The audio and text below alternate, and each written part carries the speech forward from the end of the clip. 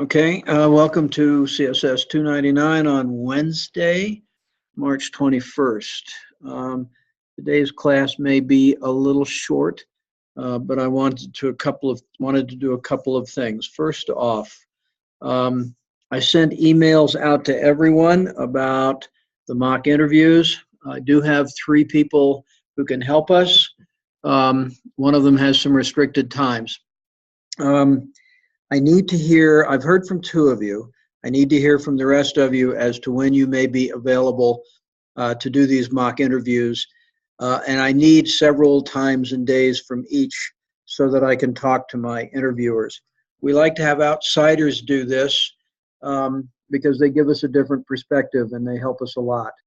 Also, it's not going to be anyone you've ever met. Um, Even though most of you haven't ever met me face to face, you still hear my voice and have some idea of how I think. So what I need you to all do is make sure that you have responded to my request for the interviews, because I need to start working with the interviewers as quickly as I can to be sure that I don't lose them. We talked on Monday about the assignments for this week: the keyword replacement, the star stories, text resume, interview questions, body language, interview dress, and thank you email. I know that sounds like a lot of work. A couple of them are not much work at all. But what you need to do is be prepared to deal with these issues. I really want you to look at Amy Cuddy's video, the body language video, and give me the feedback on that, because she has a lot of good things to say about how we present ourselves. And I will emphasize again, you only have one chance to make a first impression when you meet someone, and that, of course, is when you meet them. So you want to make the best first impression you want. At the end of an interview, of course, the thank you email is, again, not much work, but it's nice to have it composed and ready to just be sent off. And each of those emails, by the way, going to a different employer, may contain slightly different information. Or you may ask further questions even in that. But each of those needs to be thought of as an individual. You'll be writing sort of a general one now, obviously, but when you actually do get around to having an interview and you need to write this, what you'll find is that your response to different interviewers is going to be a little bit different. So we're going to, and again, I urge you to get this done. Each of these assignments has a value for you. So I urge you to get that done. What I would like to do is look into next week. And this is going to present some challenges, perhaps, for us, because one of the things is I'd like you to practice on me, if at all possible, your elevator speech presentation. And it's oral. But what I would like to do is hear how you say, how you give this speech. And I will urge you, when you practice on your elevator pitch, your elevator speech, make it sound really natural. Not like you are reciting something you read in a book. You can't do that. I mean, it will sound that way. It sort of sounds like, oh, well, I'll turn on tape number 27 and play that, and that's it. So it needs to sound really extemporaneous, really off the cuff, and conversational. That's part of the issue there. Assignment 17, the portfolio that we have next week, is That's something you're going to construct for yourself, but go ahead and just send it to me. That you, when you actually go to your interview, you probably won't. You probably won't use this. You won't show your master application that you worked on. You won't show that to anyone else, but it's something that you would find useful. The portfolio is really everything. The cover page, basically your name, address, and contact information on the outside. Then you've got your cover letter, resume, a copy of your thank you email as a letter. Write it as a letter. You can always put these things into an email, but write it as a letter. Any letters of recommendation you may have, and I'm not expecting that you'll have those necessarily right this instant, but you may have some already in your files. One of the things that you should be doing is thinking, who can write you letters of recommendation? Who have you worked with in the past? And these should speak to either your qualifications directly for the job or your transferable skills. Those things that will help you on the job. Copies of any certifications you may have. This would include if you've gone through and gotten the Microsoft Office certifications here at the school or through some other source.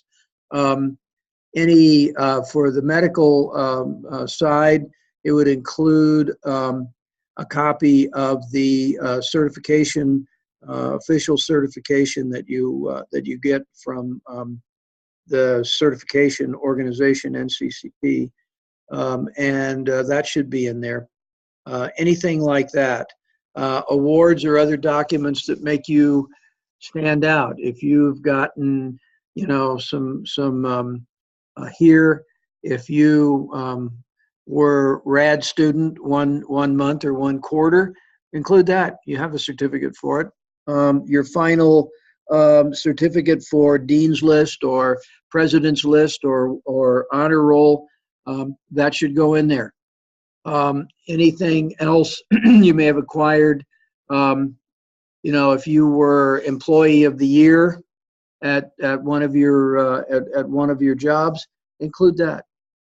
So do whatever can make you stand out and be a little different. That should be there as well as your full reference list. And remember, a good reference list or the reference list that we prefer you have is both professional and personal. Some people will want those.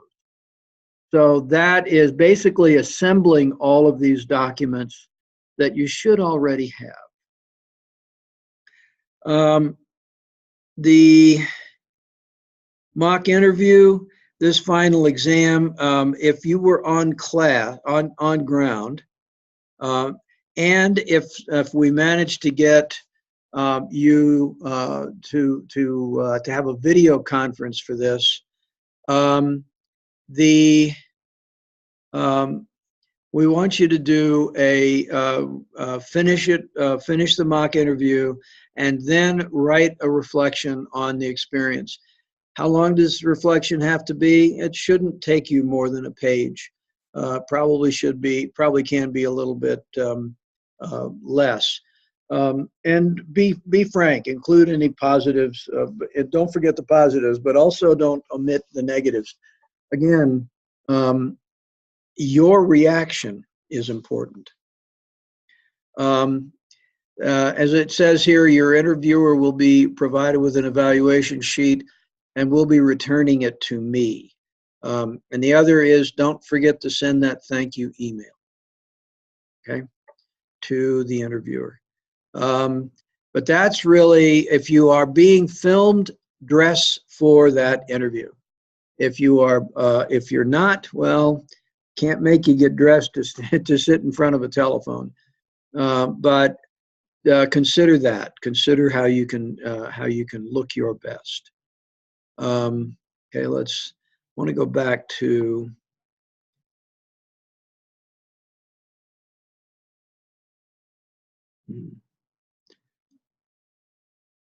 That wasn't what I thought I asked for. All right. Final exam, part 2. All right.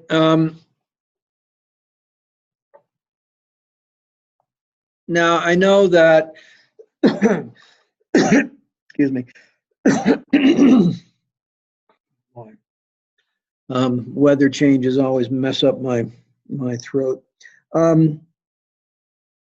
Not all of you are baby boomers, by definition. The baby boomer generation, depending on who you want to believe, runs from either 1945, those born on either 1945 or 1946, to 1963 or 1964.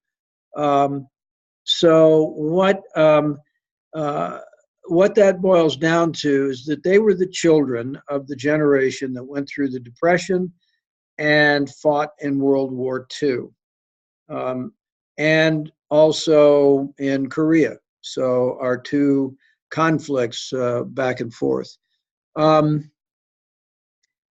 There are very different attitudes about both. So what you want to do is establish the definition of millennial and baby boomer generations that you have. The millennials are often described as those born between about 1982 and 2000. I suspect that all of you will probably fall into that range. If you are in that sort of in-between generation between 1964 and 1982, just pretend that you're a millennial in this case. But write it up anyway, because that's who you're going to be working with. There are lots of sources of this. You have to do a little bit of research on attitudes. But one of the things that I want you to be careful about is not to fall into the trap that altogether too many people do of bashing either the baby boomers or the millennials. It's one of the favorite things in my generation to talk about the baby boomers as feeling entitled, as being not good hard workers, as a lot of things. If you go back and look at the baby boomer generation, those are the guys that are my age. We're all now turning 65 and getting to our entitlement, Social Security and Medicare. So don't fall into that trap. There's lots of mud to sling in both directions. But really do an objective comparison. I personally don't subscribe to the theory that the millennials are either lazy or entitled. I do know that they grew up in you grew up in an entirely different environment than I did. When I was a kid, computers were things that took up a whole floor of a building. And right after World War II, Thomas Watson, who ran IBM, which started off making typewriters, by the way, said that he thought the worldwide market for computers was either 6 or 8 computers. I mean, just not that big. He was wrong. By the time I was in college, every organization, including colleges, were getting large computers. This, of course, was 20 years before the advent of personal computers, about 20 years before the advent of personal computers. And I can remember a picture from the 1950s, and I have it in my file someplace, of from the Rand Corporation, which was a major consulting firm in the 50s and 60s, with their concept of what a home computer might look like. And it took up what looked to be an entire wall, 8 or 12 feet long and floor to ceiling. Had a great big television set in it. They got that part right. And for God knows what reason, a steering wheel. So I guess that was supposed to navigate around on the TV screen or something. I don't know. But it was somebody's joke. Nonetheless, the idea of a home computer wasn't taken very seriously. And now, of course, I've got more computing power in my smartphone than the mainframe computer I learned to program on when I was in college. So things have changed. I grew up, my first programming experience was typing punch cards and running them through a punch card reader, and then finding out that I had an error when the computer hung up when it went into the single program batch processing system that they had. There was no such thing as multitasking in computers in those days. So things have changed a lot. And the environment that you have grown up in is heavily influenced by technological advances. I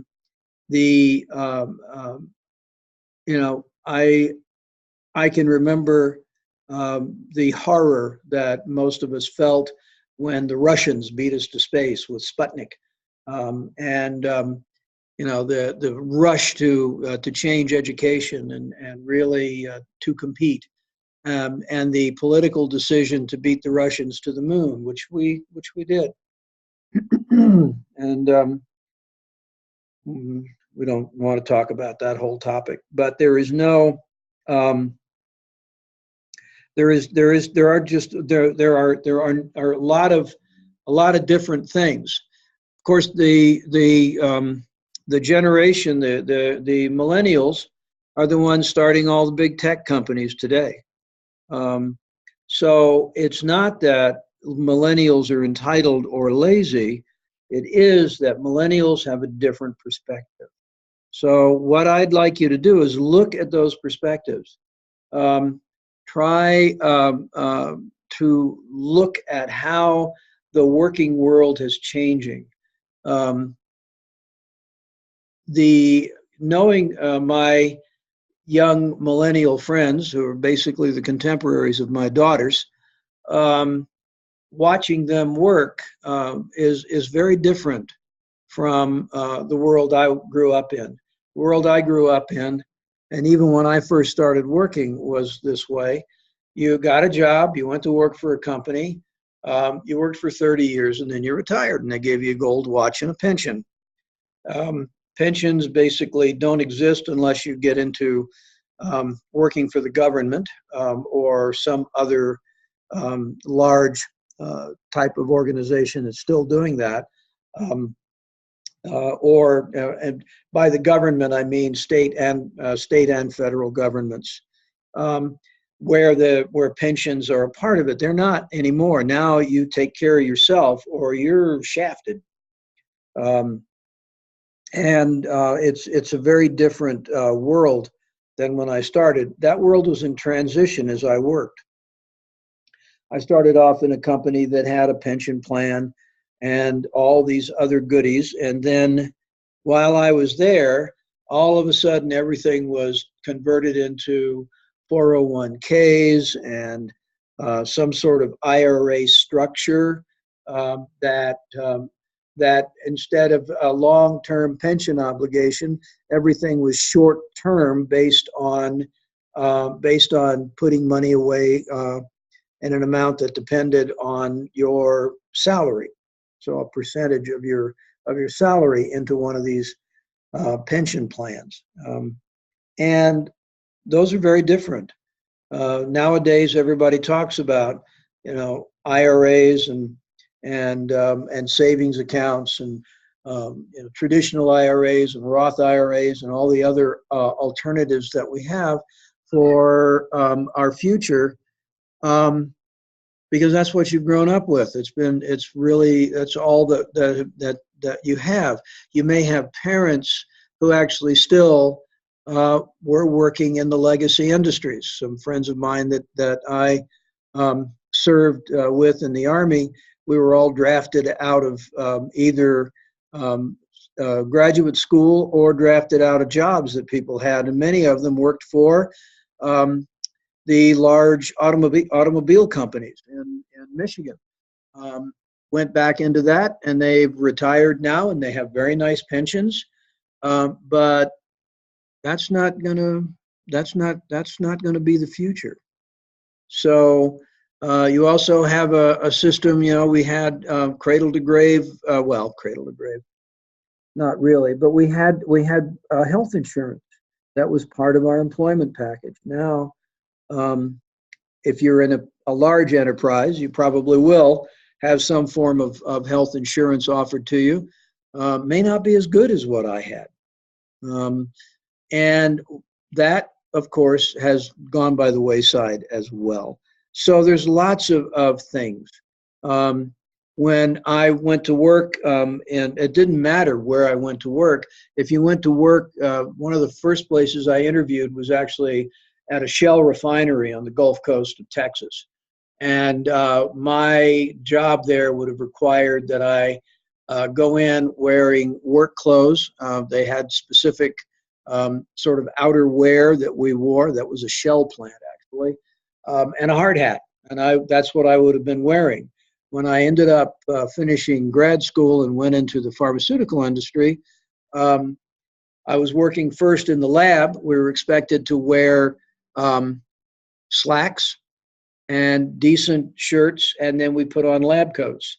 And then when I left the lab and moved into the business side, that's when I started wearing three-piece suits. That's what I wore in my career in the pharmaceutical industry. Well, when I left the pharmaceutical industry, I joined the biotech industry. And many of the people that I was working with, and even some that I was working for, were younger than me. And our dress code changed in the biotech industry. All of a sudden, it's down to blue jeans and t-shirts at work, even for managers. And now, if you look at any picture of Mark Zuckerberg or anybody, or Elon Musk or any of those guys on the job, what you see is a guy likely wearing blue jeans and a sweatshirt or a t-shirt. So dress codes have changed. But as I said last week, it's never a mistake to wear more formal clothing. It's better to dress up for a job because it's easier to dress down later. The attitudes, working times. We used to, if you're working on a production line in a legacy industry, like the automotive industry, if you're working on a production line, you clock in on time, you clock out on time, and on time might mean 10 minutes early to clock in and 10 minutes late to clock out, so that they know you've put in a full day's work. And now, in many positions you'll occupy, nobody's going to require you to clock in and clock out. You will be expected to do your job. You'll be expected to show up and spend as much time as needed. So if you come in at 8 and work until 6, nobody's going to say anything. But if you come in at 10 and work until 8, nobody's going to say anything.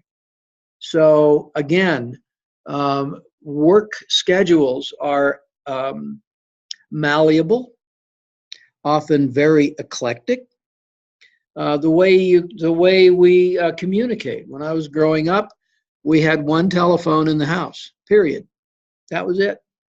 In fact, I lived in a place one time where we had a party line. We had 5 people on the same line. And depending on how many times your phone rang, that would tell you if the call was for you or if it was for the neighbor up the road. We call those party lines.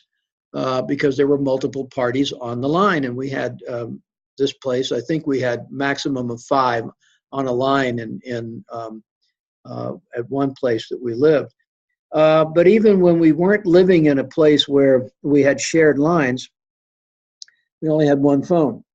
Now, of course, there's a phone for everybody in the house, and sometimes multiple phones. In my house, we have three of us living there: my wife, me, and my mother-in-law, and occasionally my daughter will stay with us for a while.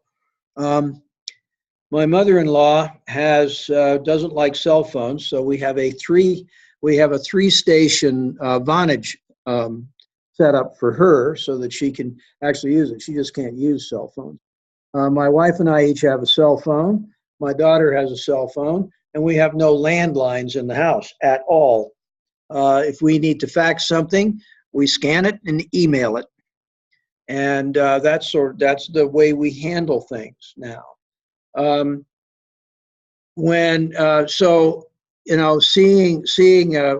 my daughter that lives here in Fort Collins has two roommates. All three of them have their own phone. So even when we had multiple phones in the house, which occasionally we would, they'd all be on the same line. So when I was a kid, and when the phone rang when you were a kid, it was because someone really needed to talk to you. We weren't on the phone usually, although there were a few people who were, just casually. And now the phone rings constantly. You've got text, you got email, the communication practices are very, very different. Work ethic. It's hard to compare work ethic. I guarantee you that someone who is starting a company has a solid work ethic, or they fail. If you think that Bill Gates, Mark Zuckerberg, Elon Musk, Jeff Bezos, any of these guys that are literally today the titans of our industry, don't have a good work ethic just because they're of the generation they are, that's wrong. You cannot be successful without it. And I find that most of the millennials I know have a really good, solid work ethic, better than some of the baby boomers I grew up with. So lifestyle, all of these things need to be looked at. Look at the difference, compare and contrast. Don't be afraid to say, this is just really not the greatest. But don't be afraid to say, yeah, there's differences here, but in the end, it's going to work out. So look carefully at this. I'd like to have a thoughtful paper from each of you. As I said earlier, there's a lot of people in my generation that love to bash the millennials. And I don't have much patience with that because, well, first off, I have two millennial daughters, both of whom are hard workers, and both of whom have a good, healthy attitude about that. One of them has a job that requires her to be on the job at about 6:30 every morning. The other has a job that, she can sleep in if she wants, or she can, not. She can go in early. She can do what she wants. And both of them are being very successful. I recently listened to an NPR interview with a guy who wrote a book, a millennial who wrote a book bashing the baby boomers. And I thought, well, tit for tat, I guess. The baby boomers, the more I look at my generation, the more I realize that we don't have any mud to throw at anybody. So and he spent a lot of time bashing baby boomers, and I thought he was a bit extreme. But then he was bashing me, so because that's who I am, and so perhaps I'm being overly sensitive. But I like to think that I can objectively look at these things. But he writes this book, and he has some things to say that my generation would be well advised to think about. And I've actually thought about that the next time I hear someone grousing about the entitlement attitude of the millennials, just ask them how they feel about their Social Security. I think that they probably would not have a great reaction to that question because, of course, that's not an entitlement. And in reality, it is not. It's something we've paid into. But nonetheless, it falls under that rubric as far as our politicians are concerned. So don't look around. Look at the alternative view. Baby boomers definitely are not perfect. And millennials are not all bad. So, look at it that way. But think about it. What is the work styles and attitudes and communications and so forth that are different between the baby boomer generation and the millennial generation really need to be considered as to how they're going to affect the business world of our future. And it will affect everything. So, if you have any questions about that, you can always email those to me. But when you're looking at this, at the end of this, remember, when you're making a prediction of the future, there's no wrong answer. There may or may not be several right answers, but there's no wrong answer. A lot of it has to do with thinking about how things could go. I just want you to remember, I have my own personal rule about predicting the future, which is that the future always occurs further, faster, and in a totally different direction than anyone ever guessed. So there's nothing wrong with making some statements here that may sound to you even a little inflammatory, because we don't know. I mean, no one would have predicted when I was your age, no one would have predicted this cell phone in my pocket. I mean, we had Star Trek communicators, and that was sort of oh yeah, those are cool little handheld radio like things. Well, while I was working in the pharmaceutical industry, I saw my first flip phone, and of course, the first thing I thought about was the Star Trek communicator from the original series. So bear in mind that things happen, and things happen for a purpose. So there's really no way of predicting where everything will go. And don't turn this into a major thesis. There are so many places you could go with this. We could do a course on this by itself. And there are so many places you could go that I don't want you to turn this into a giant project, nor do I want you to feel like you're so overwhelmed because there's too many ways it can happen. Just do a little bit of research and write up a paper. That paper should be in APA format, should be about, I would aim for 3 pages of text. Make sure you have your references, title page, etc., but 3 pages of text. So that's what I want you to do for final exam part 2, and you will submit that via the submission box. Okay. At this point, I'm not sure that there's any purpose in continuing for me to continue to talk just to hear the sound of my own voice. So I hope everyone has a good weekend. Your word for today is Latvia, Latvia. So go ahead and just send that in an email, and you'll have attendance points for the class. Those of you who haven't had a chance to listen to Monday's session, please do and send me that code word. And if, again, as I said, if you have any questions, email me. I'll get back to you as quickly as I can. One thing, I had a student try to submit an assignment, and he said the assignment was locked. Anytime you have an assignment that you're submitting and you can't for any reason, if it's locked, or I've actually had students try, everything looked perfect. They were trying to submit something. I watched them do everything perfectly, and it simply wouldn't submit. You can always email it to me. And you have my email address in Canvas. So, and also in the syllabus to this course.